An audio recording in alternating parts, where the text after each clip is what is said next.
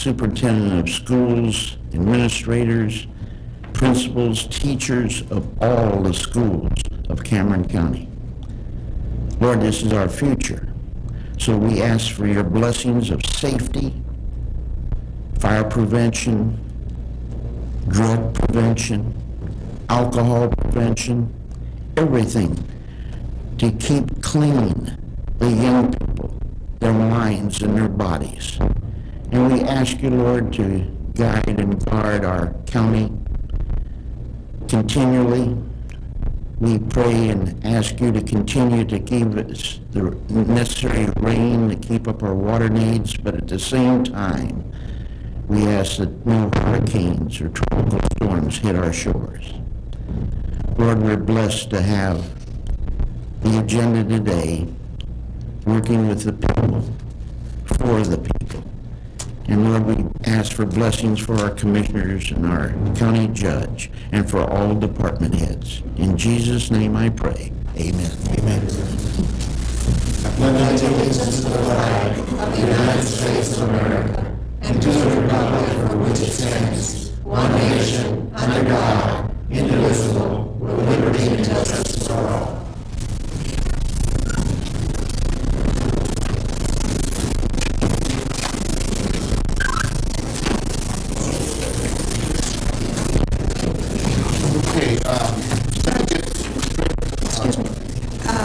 I'm going to check and see if TCEQ, I just visited with Frank, and I think we were in the process, locally we had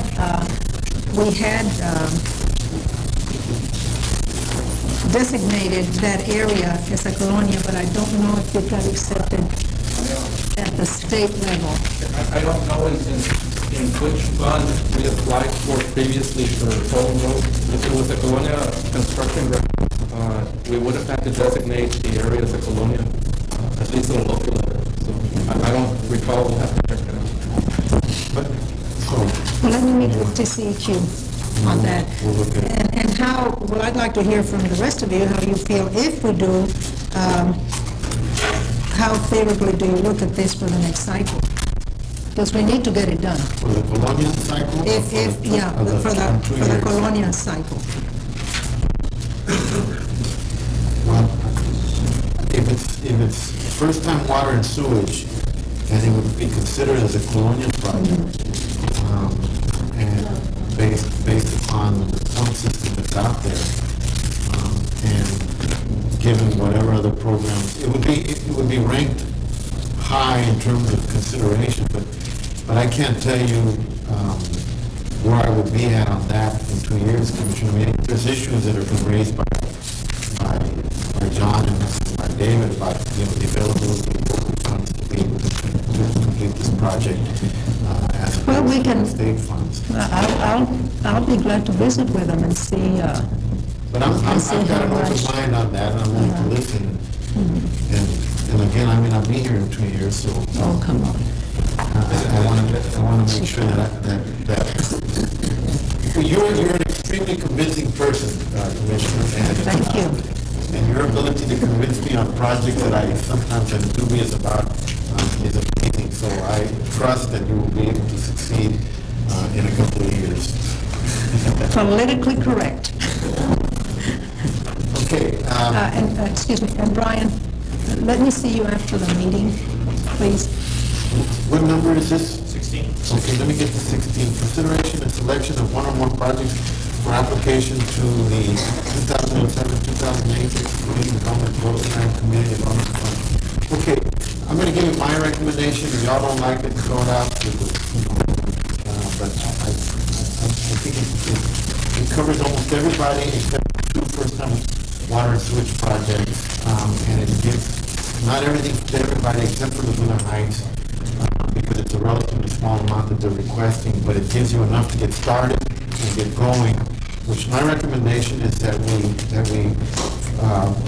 take $100,000 and recommend that for the Jardín project.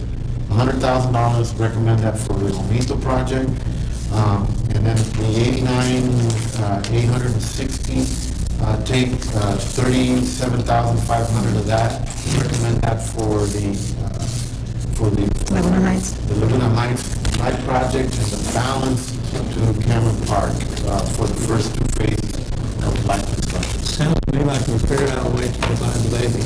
Except the only one that doesn't get anything on this for one of the first times ever is precinct 4, but precinct 4. We'll work on it. We'll work on it. Judge, can I get some clarification? Yes, sir. In the workshop, we also talked about how we would need some engineering services if we're going to do the street light projects. And I think the court, it didn't come from me, I think the court indicated that our engineering department would help us with that. Yes. Is that correct? Yes. That woke up Pete in a hurry. Y'all have a problem with what I'm recommending? That's fine. You wanna make any suggestions or changes? I agree with that. Any other discussion? The only question I would have is that going to be enough money for the two municipalities to do their, I mean, can they use that amount of money or not? Well, I mean, I don't want to give them the money if they're going to say, well, that's not enough for us to do anything, so, I think he already explained. Yes, sir, no. But not at this meeting. And on behalf of the El Hardy Water Supply Company, we will gratefully accept the $100,000, and we'll make up the difference. Jim? Thank you. And that was because you were going to cover your labor and so on. That's where the rest of the money came from. We gratefully accept the $100,000 to it, and we will scrape around and see what else we can do to come up with the additional funds. If not, we'll get it back maybe one block, but that's a workable situation. We can certainly do a good project for $100,000. And I think if you coordinate it more closely with the county doing the rehab on the streets and all, you'll go a lot farther than what we hope. We certainly will, we certainly would intend to do that. That would Sure. foremost my mind is to coordinate that so we don't mess up the other good projects. Exactly. We don't want to mess up yours. Yeah, that's fine. We'd appreciate the funds. Well, you do great work, Jim, you and Gail. I mean, most of y'all have always, all the projects that we've funded for, or got funding for y'all have been very successful projects, and, you know, we're working with them. Thank you very much, appreciate it. And speaking for the people of Laguna Heights, I am sure that they, after the last meeting that we had over there, Judge, after we can fund those 37,000, they would be more than willing to take on the responsibility of paying for the light bill from here on out, you know. There was an But article. that was, you've already covered that with them, have you not? Right, With yeah, we have. community meetings and, So we're gonna have one more community meeting just to get it clear, but I just That's wanted to do wonderful. the clarification. There was an article, a nice article written on the project by, I think, Seabreeze or the Political Press. And the article that I read said most of the residents supported. The reality of it was unanimous support. Every single person that was in that room supported it. We're gonna have another meeting because we want the word to get out, and and we've told the residents of that, and as we will tell Cameron Park, that unless we have extremely high support for this project, we're not gonna do it because they gotta pay for it. Other than the construction component of it, they gotta pay for it. So we want them to put the word out, and then we're gonna come back and sit down with as many other people in a second meeting and say, hey, you want this? And if they say yes, then we'll go forward with it. I don't know if they come back and say no, what it does to our 37,500, but it's a risk we gotta take I'm sure that the two municipalities would be more than happy to work on the difference, yeah. well, and that's what I was hoping to hear from Brother Albert. I think he already left. Yeah. You know, do they have 100%? And I would think, you know, it's the only way that the community has to take ownership also. And I feel that with Brother Albert's leadership, that'll happen. On the Cameron Park piece, I think the court ended up allocating about half of what we would need for the street lights. So we'll just take that as far as we can, for the court intend to. It's closer to two-thirds if you take an $85,000 figure, which if you eliminate the two streets, that's what we're looking That at. have been taken in by the city. You're really short 33,000, and we're funding 52,000. So And we have to- we'll just take it as far as we can. Well, I would say, you know, my feeling is we're gonna put the 52,000 into it. If we're at a point where we need another street or two and we have to come up with another $5,000 or $10,000, then we'll just come up with it. Now, my people in Arroyo City would say, we'll have bake sales and cover it. That's how we operate in Precinct 4. We find a way. Well, and we need to look at places like Arroyo City, and if These are pilot projects. I mean, they take a lot of work to put together, and I've been meeting with the residents of El Ranchito. They want to do the same thing in La Paloma, and that's next. We're heading in that direction. But, we're also working on parks over there, and so we can't do everything at one time, but that is, we want to see, Laguna Heights is the easiest one to start off with because it's a very, very concentrated area, and it's not as big as Cameron Park. And once we get those lights up and then start sending out the bills for the $3, let's see how they react. And if they react positively, then, Cameron Park should then follow suit, and then it'll be easier to go into other communities like Ranchito and maybe Santa Maria and Aurora City and so forth. But I think something that where billing is always going to be an issue, and we were talking to the late Memo Perez about the billing issue with Laguna Madre Water District, and then he left us unexpectedly, but we'll continue that dialogue with them. The advantage that we have in Cameron Park is that we've already talked to PUB. Since PUB will have provides the water and sewage there, it would be easier for them to do the billing. And when they were doing the billing for us on the trash collection, we had almost 100% collection on the trash collection in Cameron Park. Okay. Well, and Judge, I do want to just, I know that not only in precinct 4, but people in other precincts always watch this Thursday night. And maybe to avoid some phone calls to me saying, well, precinct 4 didn't get anything, I do want to thank all of you because the court has supported us in projects in precinct 4. Wonderful projects in parks and in adding a crew to our group at the warehouse. So they have been extremely supportive of precinct 4. So I'm a team player and I'm not fussing. But Brian, you and I will talk. Judge, I move to approve your Second. suggested recommendation. Second that Motion by motion. Commissioner Garza, second by Commissioner Tamayo. Any further discussion? All those in favor, signify by saying aye. Aye. Opposed, motion carries. Okay, and you are a team player, Commissioner, always. I want to emphasize that because a lot of times, big projects like Rice Colorado and other park projects. Leave me alone. You got Yeah, I'm glad, I appreciate it very much.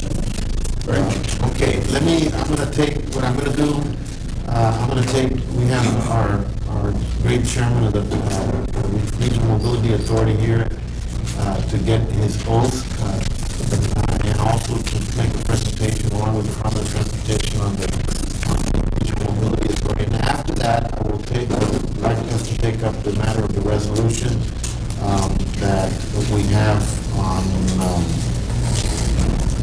what number is it? 8. Number 8, which is on the Valley Initiative for Skills Training and Advancement Program. And then after that, I want to go into executive session and take up just one item, which will be the contract with the Laguna Madre Enhancement Group, and then come back out. I think we're close to having an agreement today on that. But I want to go early so that if there is any little details that need to be ironed out, I can send the lawyers out there, we'll iron them out, come back, polish it off, finish it up today. We try. And when you say you can try, that means I know you're going to do it. Yes, sir. You're the best. Yes, sir. That's our expectations. Would you come up, David?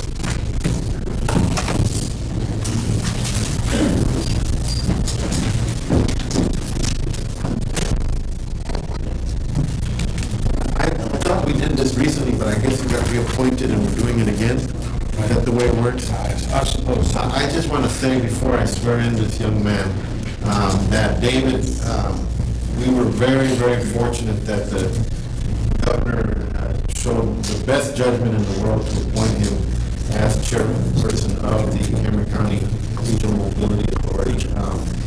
Our Regional Mobility Authority has taken off like no other regional mobility authority in the state of Texas.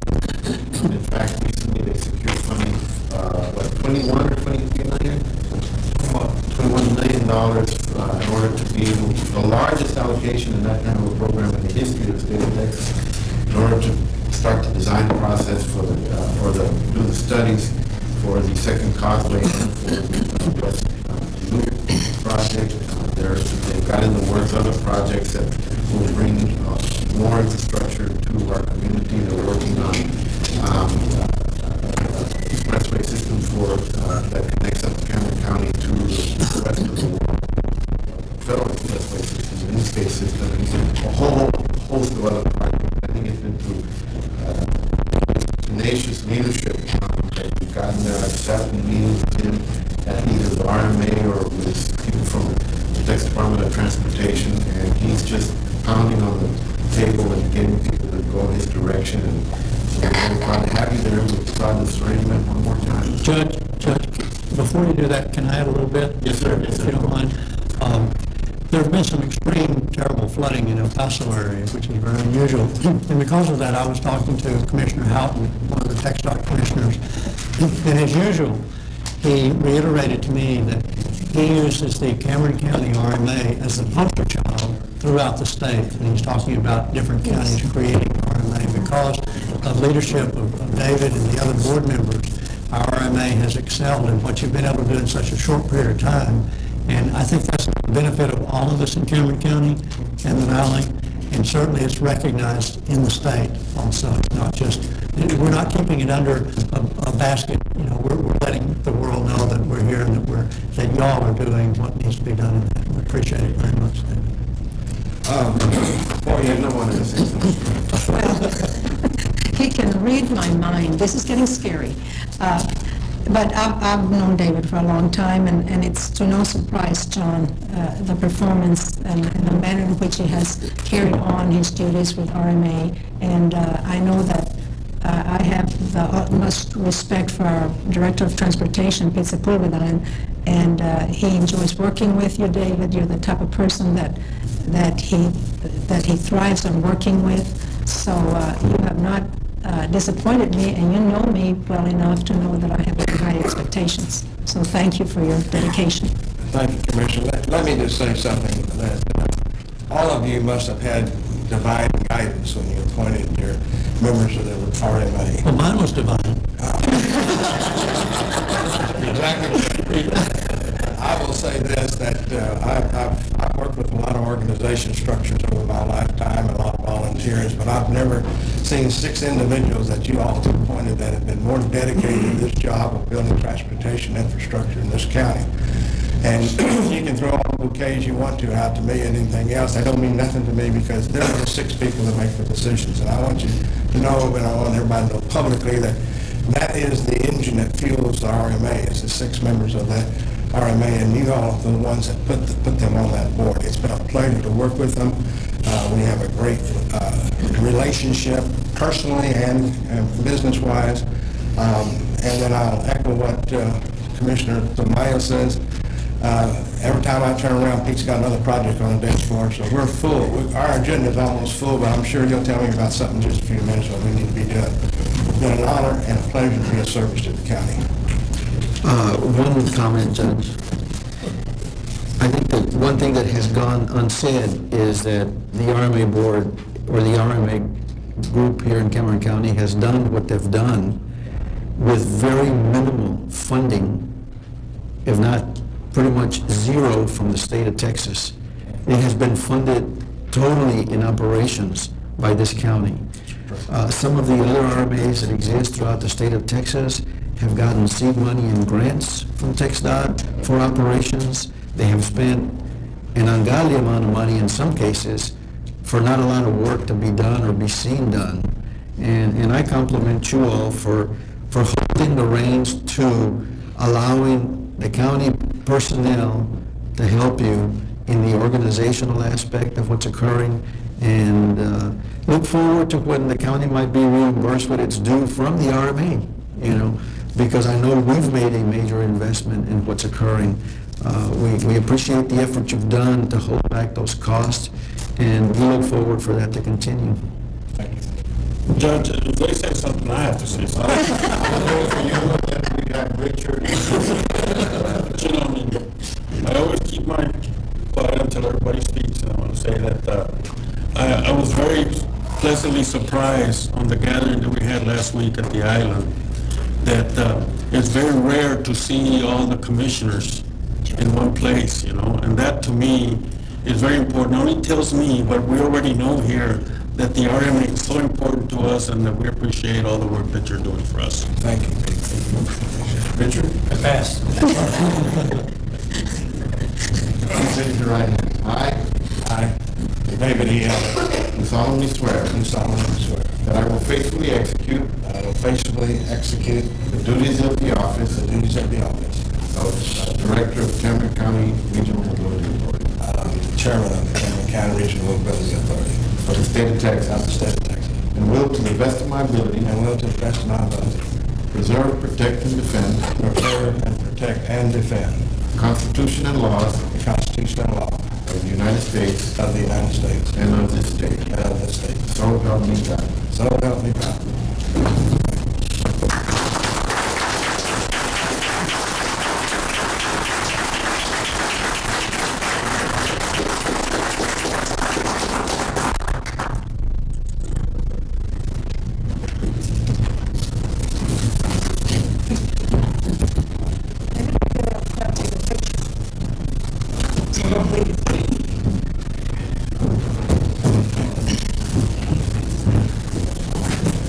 Hey, Pete.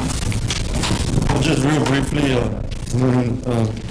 go over a status report of the activities that the RMA has done the last quarter. But before I start, I would like to just acknowledge Victor Alvarez is one of the RMA directors, and he's in the audience. As the judge mentioned earlier, on the 29th of June, we went before the Texas Highway Commission for a final reading. My request, and they also approved a financial services agreement with the Cameron County RMA in the amount of $21.6 million so that we can have the ability to advance two local projects in the county. One is the West Loop project in the Brownsville area, and the second project is the Second Causeway between South Park and the mainland. On the West Loop project, we have previously done a preliminary traffic and revenue study that is completed. We're in the process of negotiating the scope with our GEC so that we can begin and complete an environmental assessment and hopefully get a finding of no significant impact. As part of the environmental assessment, we'll prepare schematics and preliminary engineering. On the Second Causeway, Ms. Commissioner also mentioned we've gotten $0 from TxDOT for administrative expenses, but we have utilized some of their funds for traffic and revenue type of studies that have enabled the RMA to advance some of the projects a little bit further. On the Second Causeway, we have a draft, what we call a level 1, a very preliminary traffic and revenue study that is in the process of being completed. In anticipation of the completion of that study, we've gotten with the Turnpike Authority, and we have received a grant from the Turnpike Authority for $350,000 that will allow us to go to the next phase, which is a level 2, and do a level 2 traffic and revenue study for the Second Causeway project. That level 2 study, that's a much more detailed origin destination type of study. That study will be completed in and around March of 2007. We're also negotiating a scope with our GEC to prepare preliminary environmental analysis that will be done in conjunction with the traffic and revenue study that's about to begin. The idea is to do as much early environmental coordination with the major local, state, and federal agencies so that once we go into and start the environmental impact statement, we'll be ahead of the game by coordinating with those major agencies ahead of time. The RMA also took on the North Rail Relocation Project. This is a project that we're trying to get the rail and bypass the urban cities of Harlingen and San Benito. We have a draft environmental constraints map that's about 90% complete, and it outlines all the environmental complexities that we have in looking at the different routes. In addition to the routes that previous consultants had looked at, our GEC came up with 3 additional routes that their consultants identified. In the next 60 days, the consultants will complete phase one of the study. Phase one is actually probably extremely important because it includes a plan on how we can relocate the switch yard that's in downtown Harlingen to the Olmito area. But it not only includes a plan on how to do that, it includes, or it will include a concurrence from Union Pacific on how to get that plan realized. So it will also include funding alternatives on how the city, county, and RMA can relocate the switch yard. Again, the consultants are about 60 days into the study. It was 120 working days to complete the study. So we're about the midpoint. There have been numerous discussions that have been held with Union Pacific representatives, from the local all the way to the regional office in Houston and in Omaha. And we feel very confident that our consultants will have the completed study in the next 60 working days. So in the next 5-6 weeks, we should have a very concrete plan on how to accomplish that. And Union Pacific keeps telling us that, or their representatives keeps telling us that once we accomplish that, we're probably going to solve about 70 or 80% of the congestion type of problems that occur in downtown Harlingen between the conflicts of the rail and passenger vehicles. I just want to make sure that folks understand that this is on the North Rail relocation. We're way past that point on the West Rail relocation. That's correct. RMA is also working on FM 509, and the idea here is we were looking at rail relocation around Harlingen and San Benito, and we were going to create a rail corridor. The idea was to take 509, which actually begins at the Freeport International Bridge, goes 10 miles, north to Expressway 77, and then goes about another 5 or 6 miles and dead ends there. So the idea was to take that highway corridor about 18 miles north and loop it and go end up North Cameron County, more or less around the Orphanage Road area. Now we have a draft environmental constraint map looking at different alternatives that the consultants developed. And we have the list of all the environmental complexities that we're going to face. Right now, the consultants are looking at the geometrics on Expressway 77 and the Orphanage Road area. Since we're going to have rail component and a highway component, that makes it a little bit more difficult. But they're working with the Texas Department of Transportation and coming up with those geometrics. Hidalgo County is coming in, or TxDOT is coming in with a loop from Hidalgo County that's going to connect to FM 509. So when this project is complete, we will have a loop that begins at our International Bridge and goes, about 25, 30 miles north and loops the county on the northern part of the county. Now this project includes an environmental assessment, schematics, preliminary engineering, but also a finding of no significant impact. So this contract is about 15, 18 months, but that's a time frame it's going to take to clear the project environmentally. And once we clear it environmentally, then TxDOT can come in with funding for right-of-way acquisition and then engineering and design. So this project, as opposed to the phase one of the rail relocation project, takes a lot longer, but we're actually doing the environmental assessment now. And we'll, in the future, hopefully in the near future, start having public meetings, and we'll advise you of those dates. Pete, you might add that there has been a preliminary meeting with TxDOT for the extension from Orphanage Road to 281 at Monte Cristo also. That includes a significant portion of Cameron County. Right, and that's part of the loop that will be created That between we're talking Hidalgo County and Cameron County. But we're working very, very closely with TxDOT, and they're a partner on every single project that we have. Another project... Is that set up as an RMA project or? No, just the preliminary development of it. We're also working on pass-through toll projects, and in meeting with TxDOT, they came up with an idea on taking East Loop, beginning at the Veterans Bridge and going to the Port of Brownsville, and then from the Port of Brownsville via FM 511 to Expressway 77. And we've had meetings with the judge, the mayors of Harlingen, San Benito, and Brownsville, and they were all in agreement that it was a good project for the area and that we should pursue it.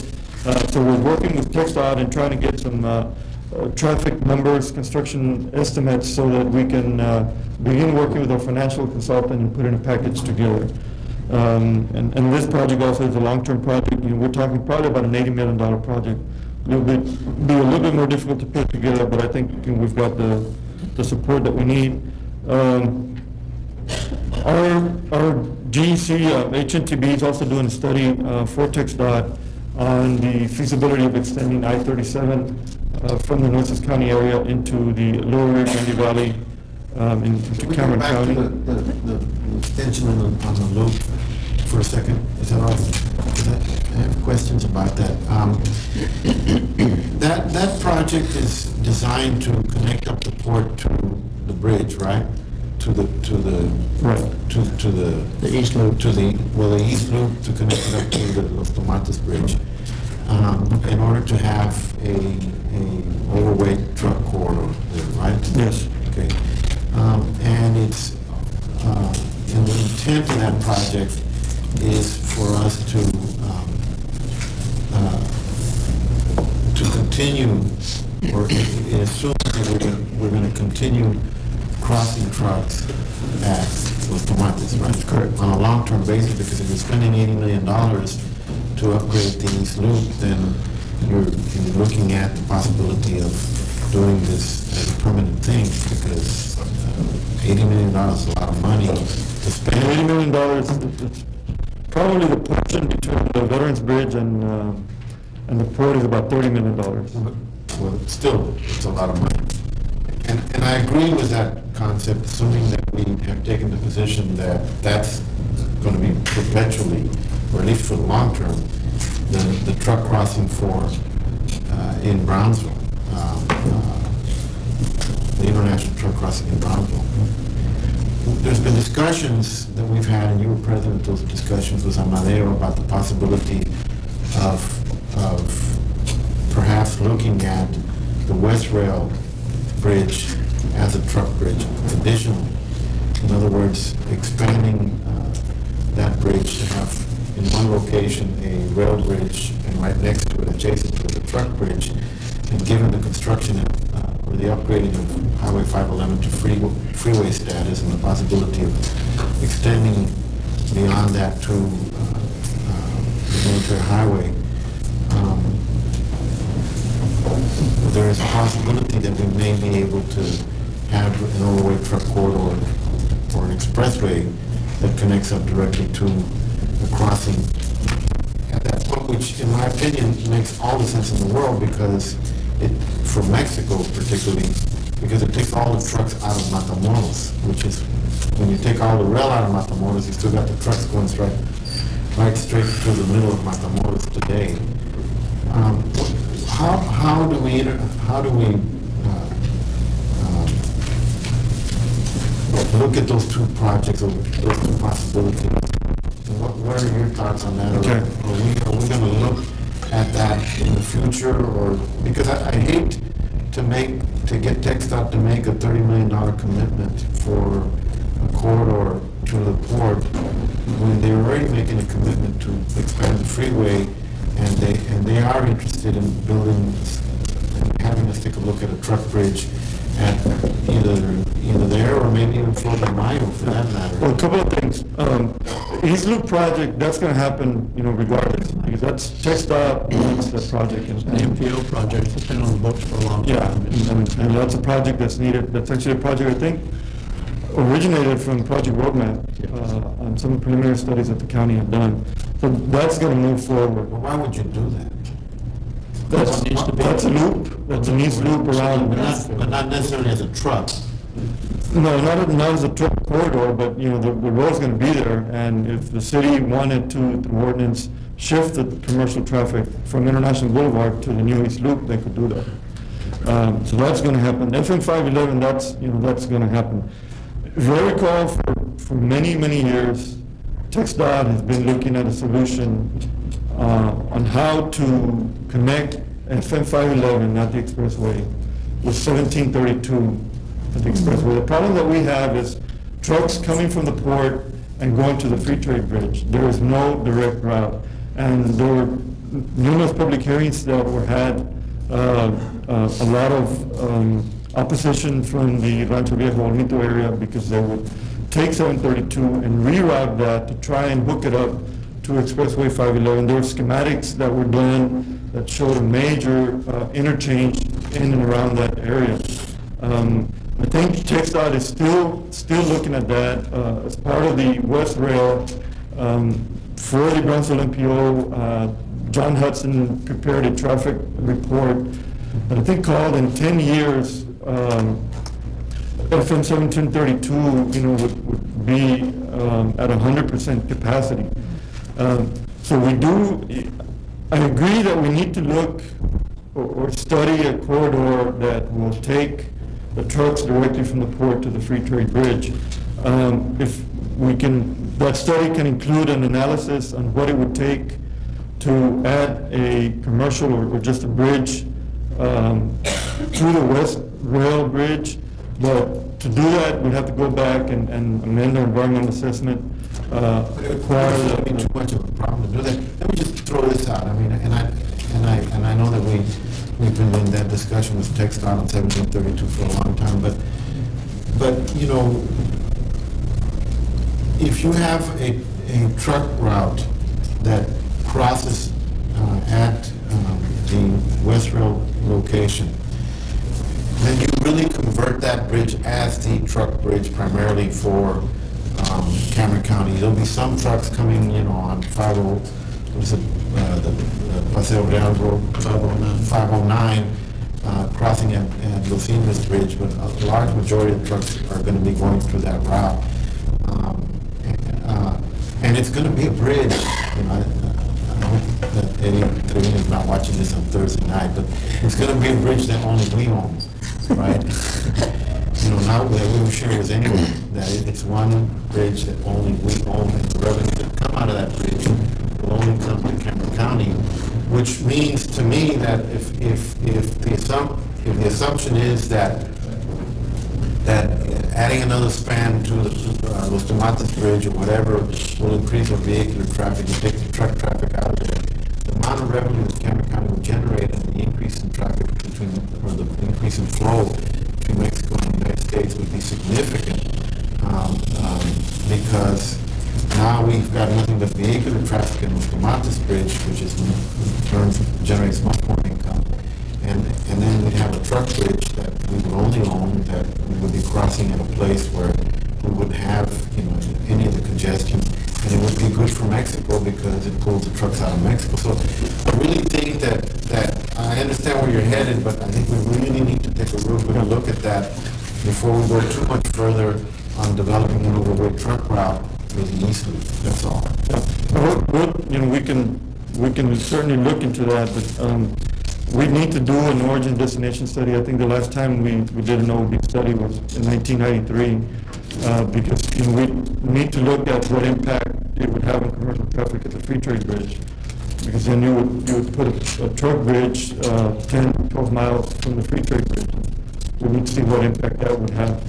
But I can look into that, see what with TxDOT, there might be some funding that we can tap into at TxDOT that we can start doing, some planning and moving towards that. I think everybody agrees that we need a direct corridor where trucks originating at the port, don't have to stop until they get to their And not going through neighborhood. destination. That's what I was going to mention. That's a major problem. We'll look into that. During the July board meeting, the board unanimously approved the strategic plan. We've been working probably for about 4 or 5 months on developing a strategic plan. The board identified 8 goals that they want to accomplish between the years 2007 and 2011. We're making the final changes to that strategic plan, and once we take to the printer, we'll provide copies to the court. We also prepared the strategic plan in Spanish. And once we do the touch-ups to the Spanish version, we're going to print and distribute, obviously to the city of Matamoros and the entities in Matamoros, but also to the officials in the state of Tamaulipas. We'll go to Monterrey, the state of Nuevo León, and also take it to the mayor of Saltillo and the state of Coahuila. The board also adopted a public involvement plan, and we've gone through the first phase of that plan, and we're negotiating the scope to go to the next phase, or the second phase of the public involvement plan.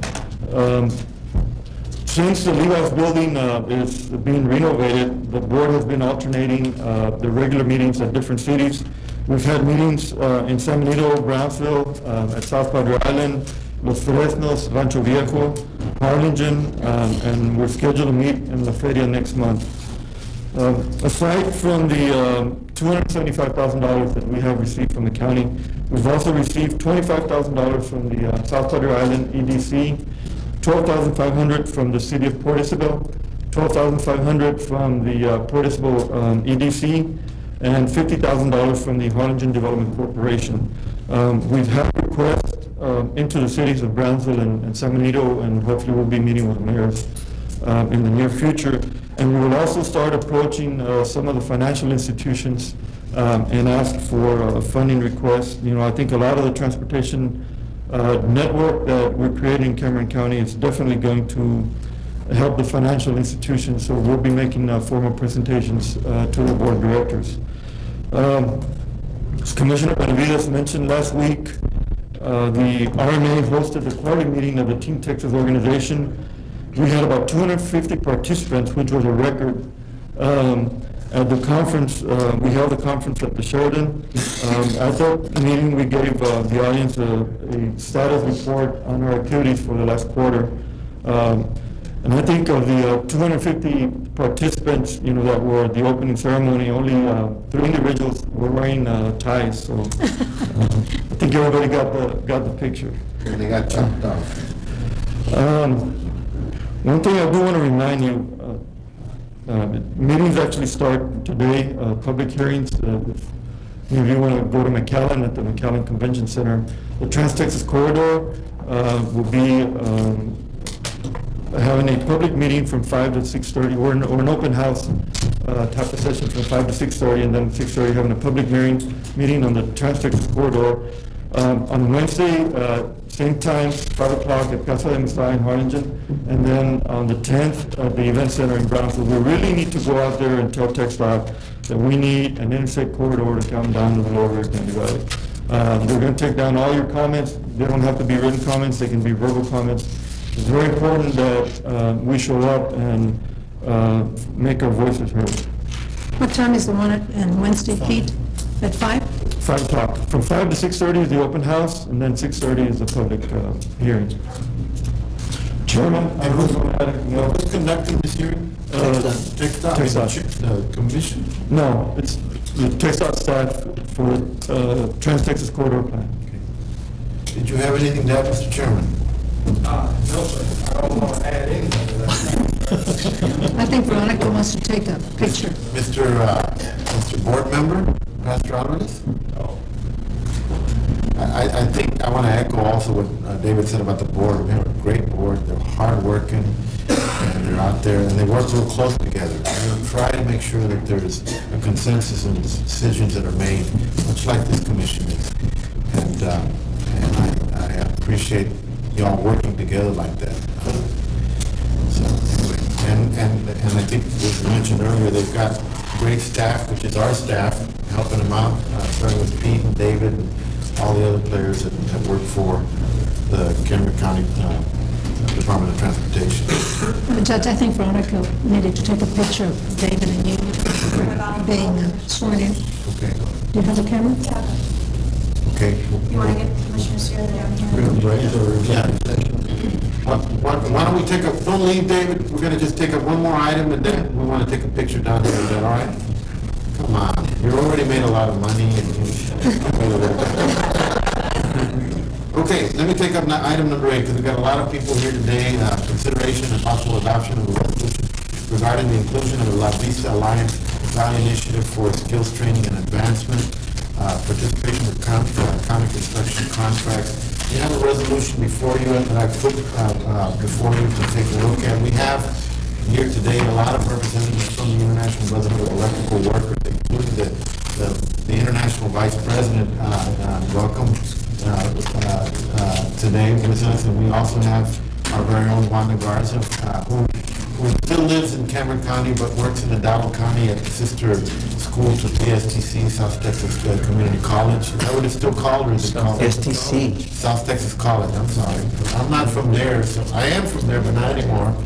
And I don't follow exactly the details. And these educational institutions change their names quite often, so. And then we also have our executive director of Cameron Works, Mr. Frank Castellano, who's doing a great job. And a lot of representatives from International Brotherhood of Electrical Workers.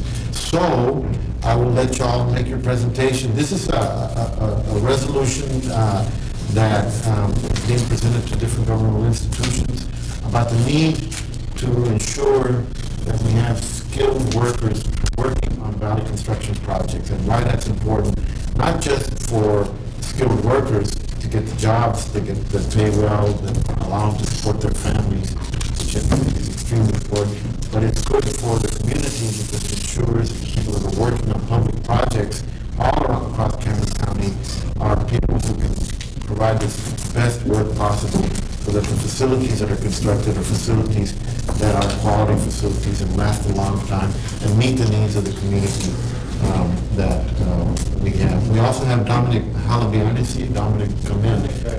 Where is he?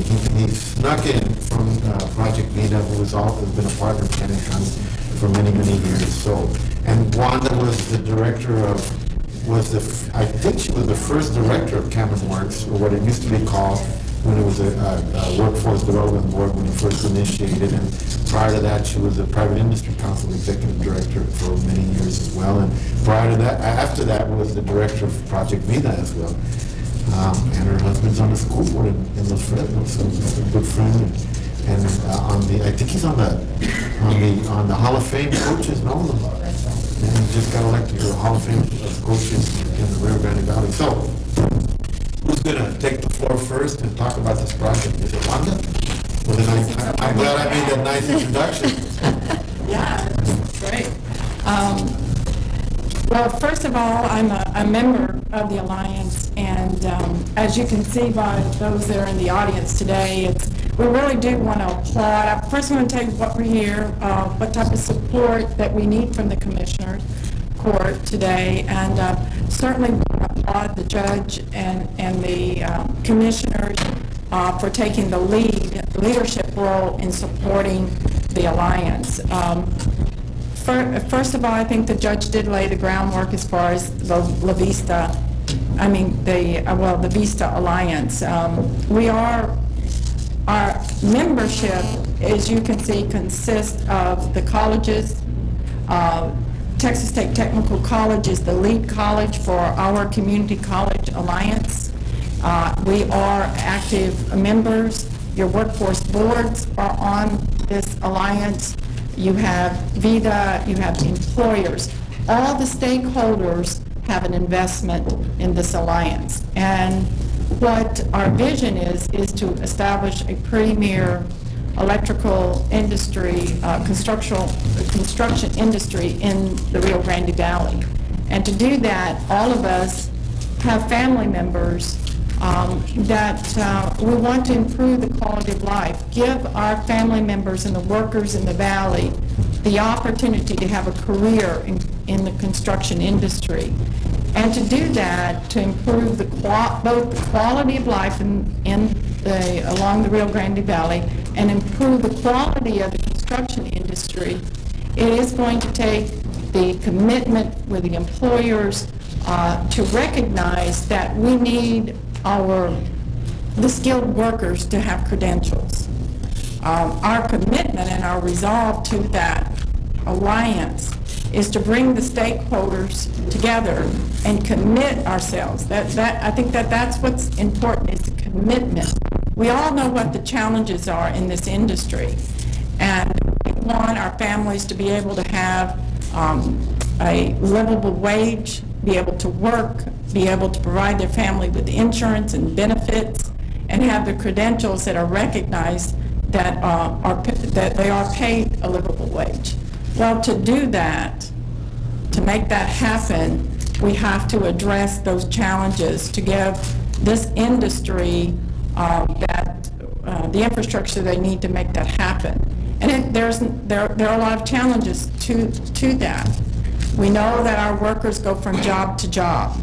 So it's going to take the employer's commitment for us to figure out how we create that skilled workforce pool that individuals can have the credentials to move from one job to the other job and get paid for that job.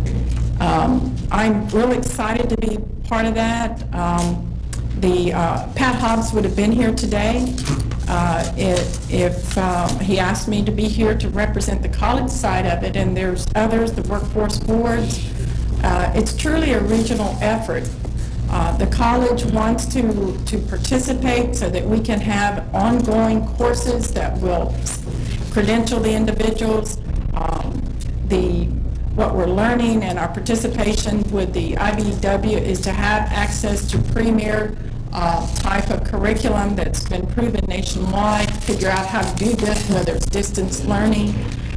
So we really are committed to give our workforce the type of credentials they need. What do we need from the Commissioner's Court is that by you supporting and adopting this resolution, it is our belief that the jobs that you contract with, that you bid out, is basically we're asking for you to support and encourage those employers to be part of the alliance. It is at no cost. It's a win-win. It commits our employers to come to the table to help us design to be part of the solution in designing the training programs. We can't design them in a vacuum. It needs the employer driving it. It needs them to be committed to paying a livable wage. And what the county gets out of that is quality construction.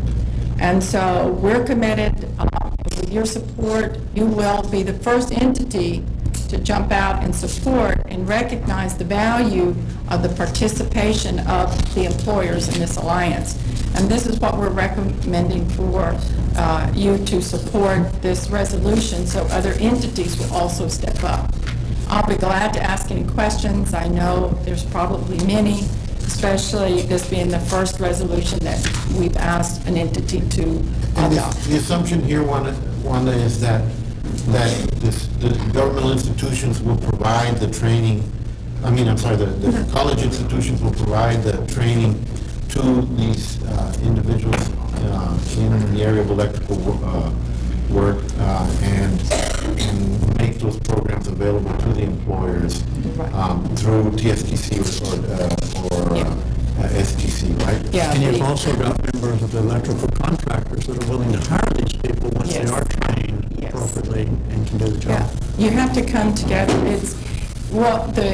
Basically the idea behind it is that, but it's going a step further, that you're committed to addressing those challenges from training, because from the college side of it, you want us to have a delivery system where that if I train them, if you start a job in McAllen and we are running courses for you to get certified and you need to come over here and do a job in Port Isabel, then you just plug into the UT Texas Southmost College course offering, the same as with Texas State Technical College, is so that we have the flexibility to be able to move individuals and so that they can continue their training.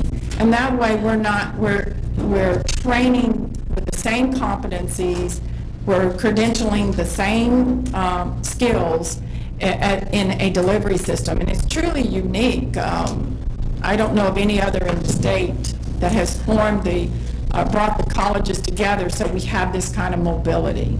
Wanda, I have a question. Let me just clarify something. Yes, ma'am.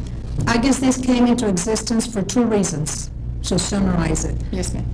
Number one, the programs were not in place for certification, And number two, I see under phase two, on proposed performance benchmarks, we've got the $300,000 training funds. Yes. Is that so that the participants, to pay the professors, or, I mean, is this going to cover the expense for the participants? I just want clarification on that. Yes, ma'am, I think that's good. There's the Workforce Solutions, the Workforce Board, in working with Cameron Works, they were able to secure funds from the governor's discretionary funds to support the alliance, because they're different stakeholders. The college has already applied because we have set up benchmarks, and we've set up different committees. Obviously, you know, I'm on the training committee. Right. And the college consortium, we've already applied for about $900,000 to run training programs. So you basically have, where we're trying to set up alliance type of entity that will manage the different committees it needs to do to work with this industry. But we have applied, and it's our understanding from the state that we did get a favorable review. So we already are expecting, we've already identified the jobs with the employers, and we expect to start training in September. And so there are already funds that are going to be available to support it. And we hope that with bringing the college, that it'd be sustainable, that individuals will be able to begin to pay, or employers would continue to pay for the continuing ed. So it's a win-win for the community. I have one question, or a couple of questions. Yes, sir. You know, I see the success of the phase one project that occurred, and it's really, really very, very impressive, you know, what has occurred. One is, you know, is there an ongoing demand for these trained individuals to increase? I know that, you know, I remember we've done studies forever and ever. You know, I see that we're training, or suggested training 500 more individuals that will be occurring. What kind of demand occupation are we looking at for the next 5 to 10 years? Question number two, is there a two-pronged component? Is it work on-the-job training and classroom training, or is it just classroom training type? Question number three would be, well, I'll let you answer those. Okay, let me ask. You have the curriculum in place. Yes, already. Yes, and there's some curriculum money, we're going to be developing curriculum. So being part of a college system, we have access to statewide courses. But to answer your question, construction is a high-growth industry. The workforce boards are required to do labor market studies, and so the workforce board is the one that basically picked up the phone, called our college, asked us to participate in the first phase, and that's the first thing that our college does a 5-year plan for certificate and associate degree. I'm on the workforce training continuing ed side, the non-credit, and so we already have 3 programs on our 5-year plan to establish certificate and associate degree, and we see bridging. So the answer is yes. We had all those assurances before we participated, and the second question, what was it? Is it on-the-job training? Oh, and yes, classroom? I'm sorry. You know, I'm getting at that age as well, so. We are going to work with the employers to design it. The course part of it, in all of our college programs, we have what we call capstone. We do want to incorporate the internship. So we think, we recognize there's 2 types of workers, the incumbent, the ones that are already working, and then the new workers. And so the incumbent workers would be to upgrade their technical skills. And the new workers, we definitely want to bring that in, so there'd be some type of maybe helper or assistant, but it has to be tied. Well, it goes back to your assessment of the individual that applies. Yeah, yes. And that's where you determine where you're going to place it. Right, and this is where we were it was very successful the first go-around, is because for us as a college, you got to match them up. And IBEW, and working with the Workforce Solutions, they did a great job of assessing, identifying deficiencies. And so when an individual was referred to our training program, they were already matched up. And so we could do our job to work with those deficiencies. And question number 3, and I'll Yes, stop sir. there.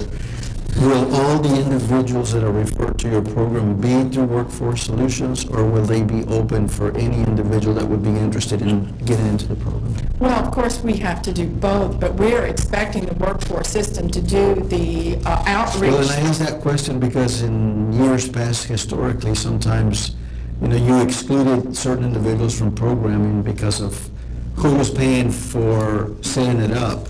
No. And I want to make sure that that would be open for Yeah, anyone. the wishing to- skills development monies that we're seeking is for the residents. And we would hope you would challenge your local workforce boards to set up that system, that it would streamline it, but. Well, ideally, the that's what answer- you want. That's ideal. I have one question, I'm sorry, were you? Just one question, please. Go ahead. Yes, sir. In a nutshell, because I'm always trying to place people in jobs, and they always come to my office and things like that, and I try real hard to get them somewhere, right, Pete? And in a nutshell, I'm not real clear. If there's a young man that's interested in this program, and I think that the most difficult thing for them is, who do I contact? Can you take me in a real quick, step-by-step, if they're interested in some program like this, electronics or whatever you have to offer?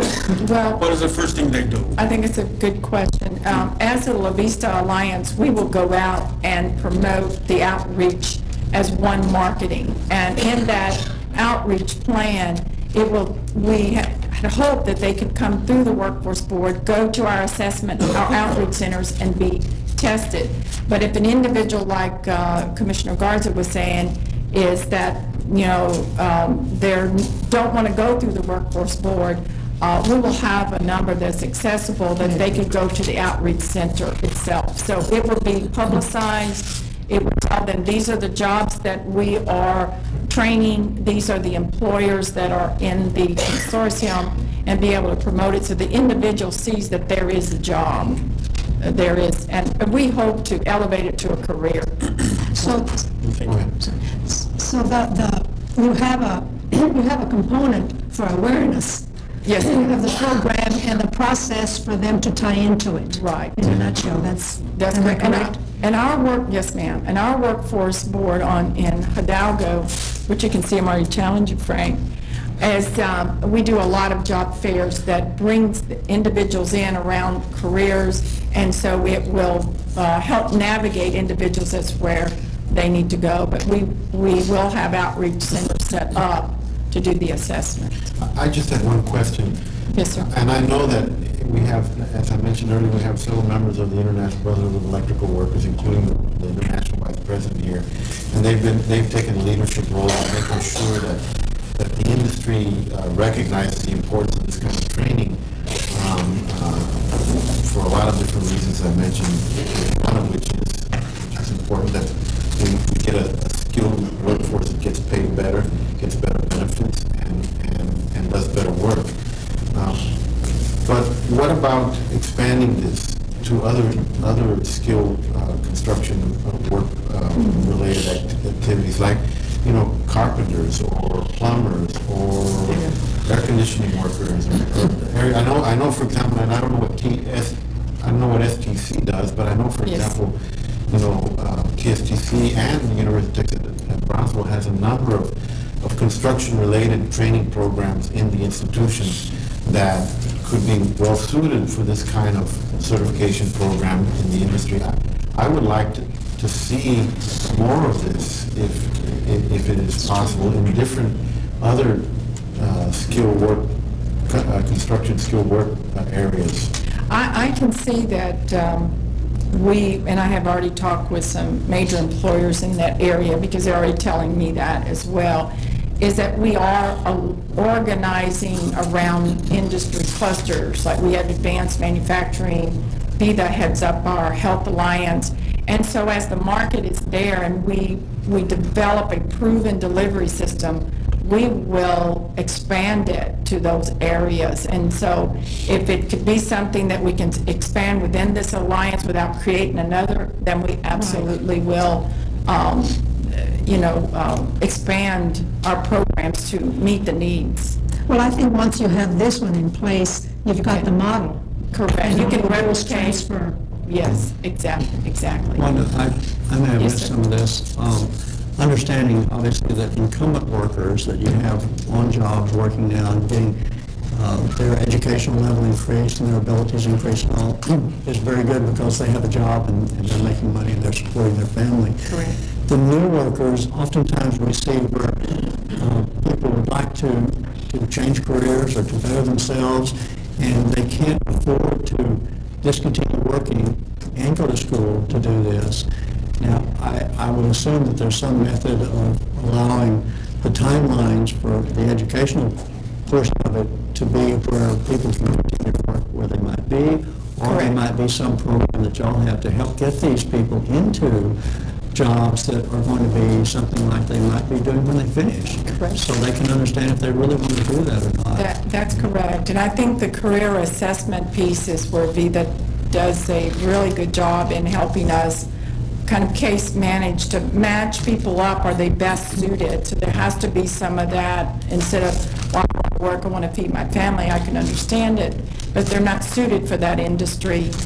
That we don't want that. Yeah. And I see that, I think this is one reason that the colleges, the technical and the community colleges were a good fit, because we train at night, we train on Saturdays, we sometimes on Sunday, but we have the flexibility to design the training around what the need of the individuals as well. So I think that's it, the flexibility to respond to both the employer and the worker is important. Is UT Brownsville a member of this? Yes, they are. Yes. All of the All universities, higher education. Yeah, all higher education.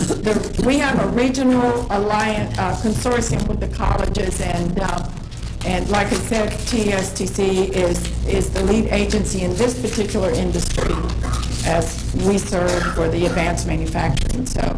Wanda, I see where you have an address here in Westlaco. Do you have an executive director, or did I miss that somewhere? We Or is it have, through the board, just the board, or, in other words, I think this is, again, very interesting presentation for various clubs. yes, So who would we contact? well, VITA is going to, I know that the Workforce Solutions is, and the IBEW is talking with VITA to maybe be the lead to set up organizing all the outreach and the alliance. So I would suggest, Dominic, you want to get that question? And maybe Tom, you're the con. Hi, I'm Dominic Hallaby once again, and I think that's a fantastic question to ask. And probably at this point, the best information would be to provide individuals with our 1-800 number, so that way they can capitalize on areas and find out areas of interest. And that's 1-800-478-1770. Would that be an That's- answering machine where No, you punch that's a one, live- punch live two, punch person. three? Because I don't. Only if you call Oh, on Saturdays or that's the Sundays. case. Give it a But number. Monday through Friday, it's going to be a live person that answers. It's 1-800-478-1770, and that number is directly to VITA. And we are in close relations working with the IBEW. If they'd like, I'm not sure what the contact information would be for the IBEW. John Willis will have it, so if they are able to call us on there, we can piece them in connection if they want additional information specifically about the IBEW. No, I'm not or just talking of- for training in this respects. They can contact us, and we can get everything squared away with the outreach. and get individuals. That's not the answer to my question. What I'm talking about is locally. The club locally wants a presentation, just like Yes. Wanda has done. We still have to call that 1-800 number? Why? Well, we You need guys to are- establish I'd it. rather hear it from, would they be sending someone from somewhere else? Oh, no, the 800 number's in Wesco. Is there? It is in Oh, Weslaco. okay. All right, good. Apologize for not making that Your office is clarification. around Okay. Weslaco? Yeah, yes. All right. Yes, in Weslaco. I didn't So- want a foreigner. No, nobody would be in that respect. You're absolutely right. We have the people locally, and if it's a club in Brownsville wanting to do that, or a club in it's Harlingen Harlingen. County, we'll make the appropriate arrangements to make sure it's college or what have you in that direction. I like Wanda with a hat. Does anyone, I think I want does Wanda. anyone wish, is there anyone from the International Brotherhood of Electrical Workers that would like to say something? And Jonathan is on our board, the Cameron Works Board as well, and he is the local June 10/15, sir. Union 1015 representative. Honorable Commissioners of Cameron County and Cameron County Judge Gilbert Hinojosa, I'd like to thank you for the opportunity to address this court. We're here representing the worker. Myself, being a native son of the Rio Grande Valley, I am here today to encourage the passage of a resolution proposed by Judge Gilbert Hinojosa. As a son, I learned early in life the value attained by receiving a higher education. Yet I also learned the opportunities to attain that education is not always equal, and never has been. The resolution proposed by Judge Gilbert Hinojosa effectively encourages all to participate in the training of future construction craftsmen. If we are to create a better future for our community, we must be courageous enough to face the truth of today that we might secure the hope of tomorrow. Truth reveals the state of our construction industry as being in disarray.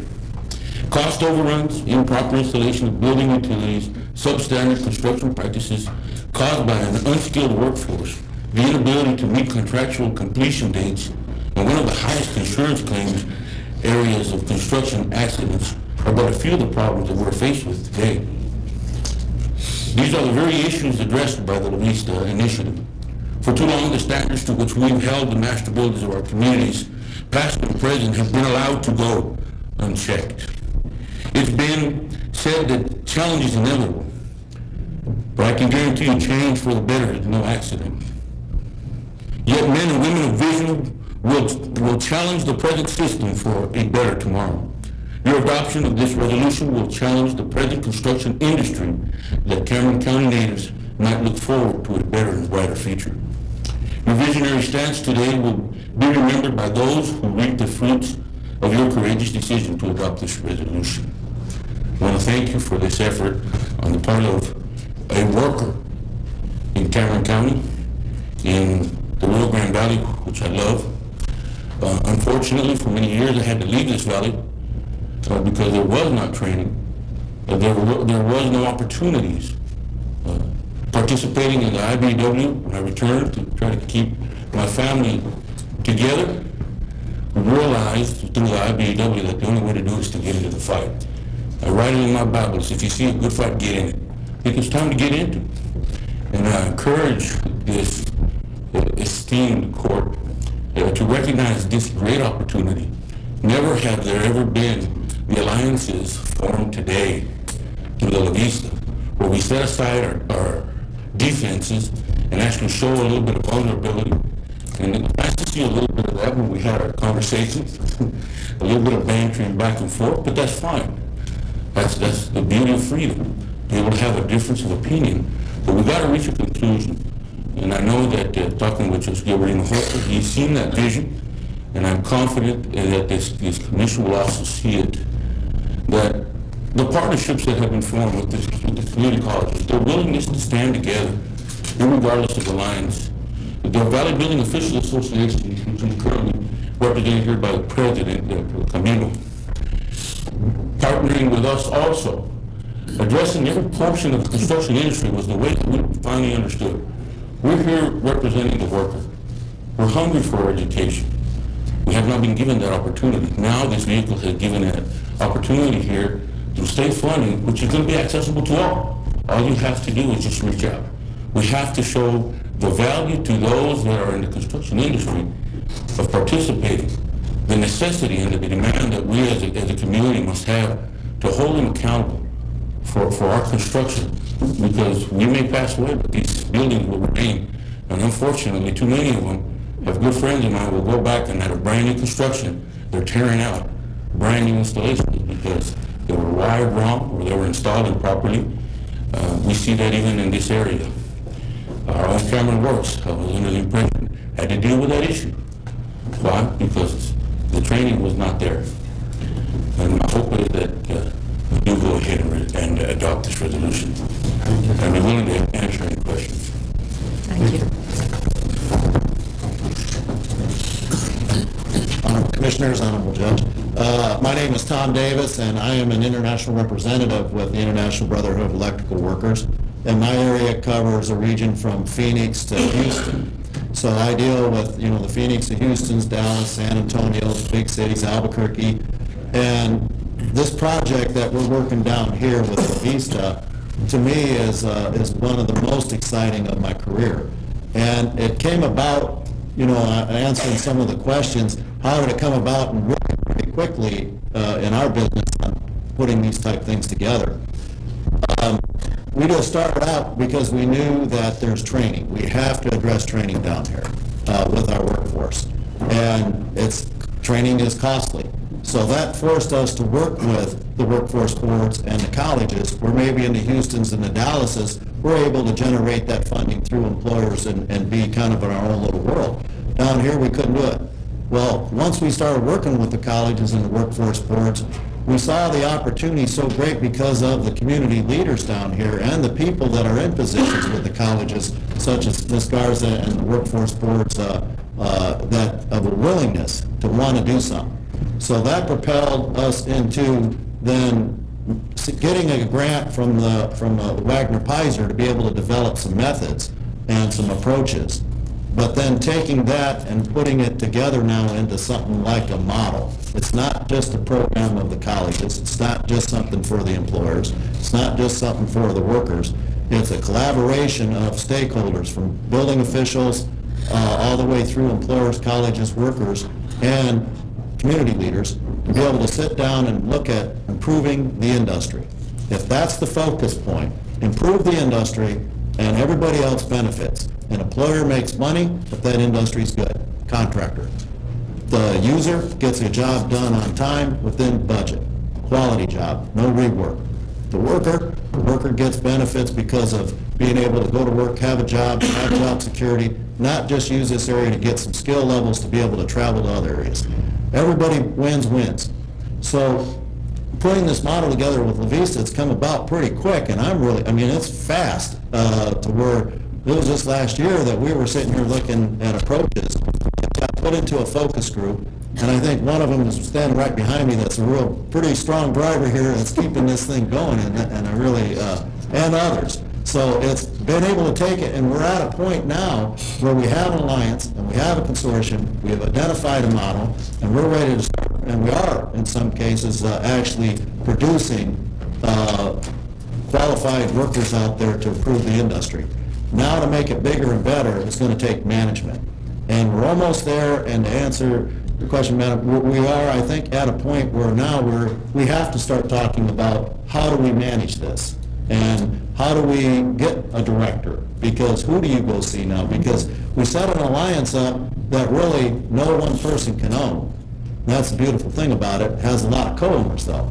So the key is going to be is management. And I think this is a huge step right here with the resolution that's going to give us a solid footing now. And like Ms. Garza said at breakfast this morning, we've graded the ground out here, and we got the rebar in. It's time now to start pouring the concrete and get the foundation laid. And that's the way we look at it. It's building. So I think we're getting there, and I really commend everyone here and the support from back here and your all support on passing this resolution. Thank you. Thank you. Thank you. I wanted to say a couple of things before we put it to a vote. One, Jonathan made a good point about what happens here in the Rio Grande Valley when institutions like counties or school districts or other governmental entities don't require these kinds of trained workers to be part of the construction workforce and construction projects that are funded through governmental institutions. Is a lot of them have to go somewhere else and work. And the bad thing about it is, one, we lose the benefits of their skilled training, and two, they need their families. Their families stay here, and they're here, and they have to go, and their kids are are being raised by a mother or a father that's just here by themselves while the mother and father is working in Houston or Dallas or Phoenix or somewhere else, because it just isn't the jobs that pay the adequate wages for these individuals here locally, because we're not requiring that. I had a long talk with a lot of our good friend, a good friend of a lot of ours, Eddie Long, who is the president of the Plumbers and Pipe Fitters here in Cameron County, and he says, Judge, 2/3 of my members are not here. 2/3 of my members are somewhere else working while their families are here by themselves. And that's not right. And it's because we're not paying the wages that we need to pay for our trained workforce here in the Rio Grande Valley. And until governmental institutions step up to the plate and require skilled workers in their construction projects who are adequately trained and receive good wages and working conditions, that's going to continue to happen, along with the other ramifications that we have. So, I would like to have someone make a motion. I'll make the motion. To approve the resolution. There's a motion and a second. Any further discussion? Just for clarity's sake, we were faxed a resolution yesterday from your office, and we're given another one today. We are voting for the one that we got today, not the one that was in our packets. Has the four main, The four other results? Yeah. Okay. Just want to make sure. That's All what those in we, favor, signify by saying aye. Aye. All opposed, motion carries. Now, I want you to take this resolution and I want you to take it to the Brownsville Independent School District Board of Trustees. They got $125 million that they're going to be spending in the next couple of years, that we would like to see them work with y'all on these kinds of projects. And then I want you to take it to Los Fresnos Independent School District, where your husband is a member of the Board of Trustees, Wanda. Make sure they as well. And go down the line, because I think this is a good thing. We had a bond election all over the Rio Grande Valley. We were successful. We worked real hard on this bond election. We did it because our kids needed the schools, but we also want to make sure that our kids get good schools, schools that are well constructed, that are going to ensure that they're going to be there for their children when they're raising their children here in the Rio Grande Valley, supporting their families here in the Rio Grande Valley, and not having to go somewhere else to support their families. So I'm glad that we're the ones that are taking the leadership role on this, but we hope that governmental institutions all over the Rio Grande Valley, school districts, county governments, cities, water districts, whomever, follow the county's lead on this and require this. And I hope very sincerely that we start looking at the programs. Eddie Long would love to see his members not have to travel to Houston or Dallas, and someday that the job that they perform in construction projects here in the Rio Grande Valley. I would like to see our chambers of commerce consider these kinds of resolutions as well, so that the construction industry that is part of the private construction business, where private owners, like for example in the island, are also requiring this. We're working so hard right now on the second causeway that David Alex has been able to get the funding for the design. That second causeway will do a couple of things. One, it will provide a second access point to the island, which is the #1 portion of our industry here in the Rio Grande Valley, tourism. But secondly, it will allow for construction hopefully to the north of the convention center significantly. And that's going to be billions upon billions of dollars of construction in an area that would expand commerce in Cameron County, provide for more jobs. But in the construction industry alone, the jobs that would be created would keep us busy for 25 years. And I don't want us in the private sector to be lowballing it and hiring people, that are not skilled. We want to ensure that those jobs that are being constructed go to companies that are hiring local skilled workforce, and that allows those families to stay here in the Rio Grande Valley and raise their families here in the Rio Grande Valley and be part of the positive growth that makes this community so great. So we want you to take this down the line, okay? Thank you very much. thank you. Okay, all right, let me go into executive session. So moved. We're just going to go through one item and then come right back down. Motion by Commissioner Rivera, second by Commissioner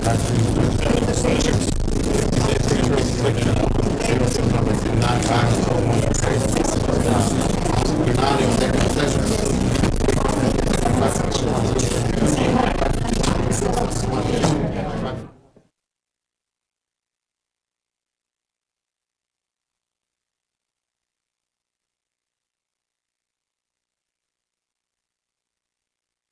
signify by saying aye. Aye. Opposed, motion carries.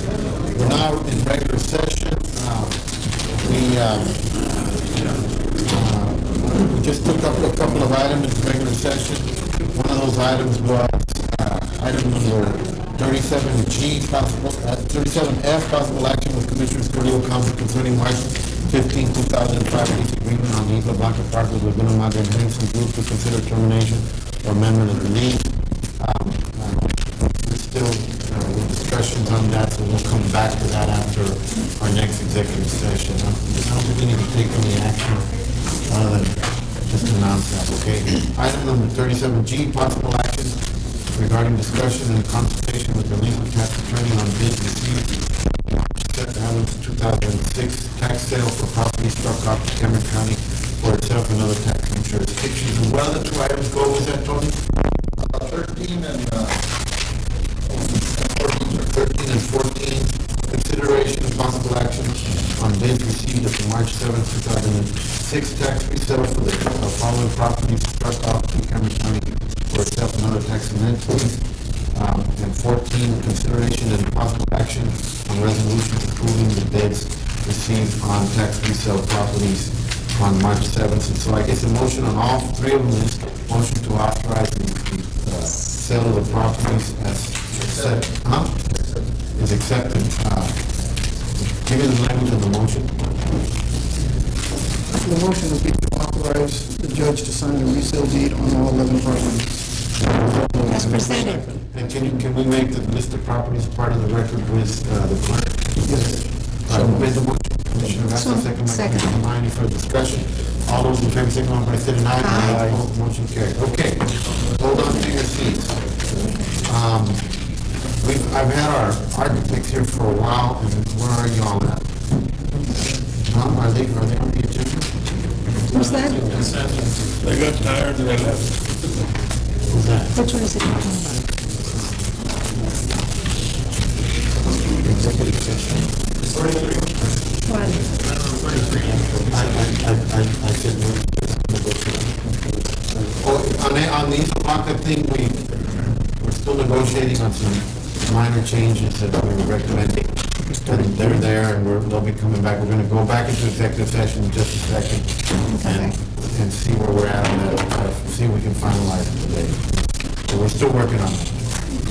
Okay, all right, hold on to your seats. 4, presentation on the third quarter report for the International Bridge System. Move to approve as presented. Second. Any further discussion? All those in favor, signify by saying aye. Opposed, motion carries. Suffice to say, we're doing well. Crossings are down, revenues are up.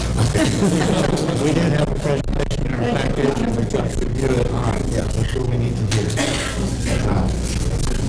Motion to approve the presentation. Motion second. Any further discussion? All those in favor, signify by saying aye. Aye. Opposed, motion carries. Budget amendments, line item transfers, and or salary schedules. Any changes? Questions, concerns, comments, complaints? Motion by Commissioner Benavides, second by Commissioner Tamayo. Any further discussion? All those in favor, signify by saying aye. Aye. Opposed, motion carries. Minutes, July 18th. Are you all ready for that? I am. So moved for approval. Tamayo, second by Commissioner Benavides. Any further discussion? All those in favor, signify by saying aye. Aye. Opposed, motion carries. Claims. Okay. No addition? No addition. Did I have any, I'll check this one out. I don't think I have any. All right, motion to approve by Commissioner Benavides. Second by Commissioner Wood. Any further discussion? All those in favor, signify by saying aye. Aye. Opposed, motion carries. Turn to the affidavit, Judge. I don't think I have any, And I've turned one in for number 0016533. We'll come back to item number 9 and 10 in just a second. Number 9, 10, and 11 in just a second. 12 in just a second. We did 13, 14, and 15. I'm sorry, 13 and 14. 15. And 15. No, we haven't done 15. 15. Consideration of possible action regarding order adopting changes to the Building Protection Plan. Actually, the best table is for one more week. Second. Table by Commissioner. Second by Commissioner Tamayo. For discussion, all in favor, signify by saying aye. Aye. Motion carries. We did number 16. Number 17, consideration and approval of reclassification of part-time family learning center FLC coordinator to full-time FLC coordinator for the Department of Health and Human Services. Do you have the money there, Judge? Everything Well, is... it's still, it's the same amount, how much is added to it? It's the same amount of money, we're just changing it from a part-time position to a full-time position, but the part-time salary was $33,670 plus the fringe. Came out to an annual salary of $39,463, so now I'm making a full-time salary of $29,478 plus the fringe of $99.85. Still comes out to $39,463. It's still the same amount. Okay. So moved. Motion by Commissioner Milano, second by Commissioner Rodriguez. Any further discussion? All those in favor, signify by saying aye. Aye. Motion carries. 1 nay. 18, consideration of approval of final list of appointees and candidates, presiding judges and alternates in each county election precinct where the gubernatorial candidate received the highest or second highest number of votes on the last gubernatorial race for the Texas election code for a period of 2 years and provides names of appointees and positions that have been vacant. Judge, Commissioners, this list only includes those other locations that were left vacant the last time that we came before the Commissioners for approval, and it makes some adjustments on some of those that, very few of them that we were not able to keep in those positions. Okay. But it's just those vacancies. Thank you, sir. Thank you. Second. Second by Commissioner O'Brien for discussion. All in favor, signify by saying aye. Motion carries. Consent items. Any questions, concerns, comments, complaints on items 19 through 34 and federal item number 35? So moved, Judge. I have a question on 22. Okay. The funding. Park system? Javier? 22. Joe?